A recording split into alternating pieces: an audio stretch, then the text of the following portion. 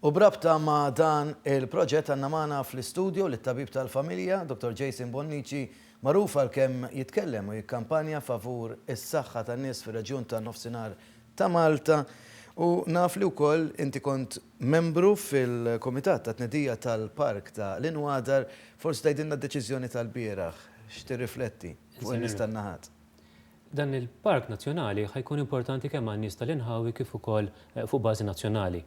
Kif rajna mill-filmati huwa post sabiħ u din hija opportunità biex jerġa' jkun isbaħ milli diġà qiegħed billi nieħdu spunt ta' diversi opportunitajiet, ġeoloġija, arkeoloġija, ekoloġija, kultura, fortifikazzjonijiet li hemm.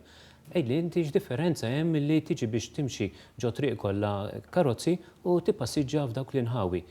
Kemm huwa importanti imma li bħala Maltin nimxu.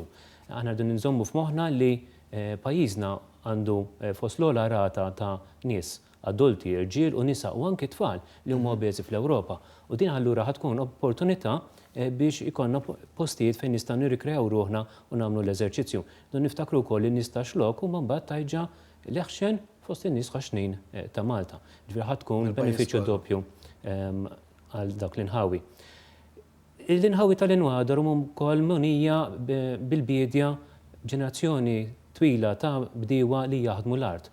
U allura ħatkun opportunità biex jiġu mejjuna biex il-prodott tagħhom ikun aħjar u allura l-Maltin u l-Awċin igawdu minn frott u ħxejjex li huma ta' kwalità tajba u sana saħħithom. Importanti wkoll dan il-park fuq bażi nazzjonali. Aħna nafu li bħajjiżna żventurat li għandu rata għolja ta' nies li matu b'mart respiratorju. Għall-ażma? Qed nirreferi b'mod speċjali għall-ażma, però mbagħad hemm ukoll mijiet ta' Maltin li kull sena imutu jew spiċċaw l-isptar minħabba l-kwalità tal-arja tagħna u l-opportunità li jkollok spazju miftuħ fejn tirrikrea ruħu, spazju miftuħ mingħajr karozzi, mingħajr it-tħaħħen tal-karozzi. Għandu jitqies f'kattina waħda ma' l-opportunitajiet l-oħra, l-inizjattivi l-oħra li tieħdu fl-aħħar ftit snin bħal l-eluq tal-impjant tal-Power Station tal-Marsa u finalment il-konversjoni mill-heavy fuel oil għal gas ġewwa Delamara.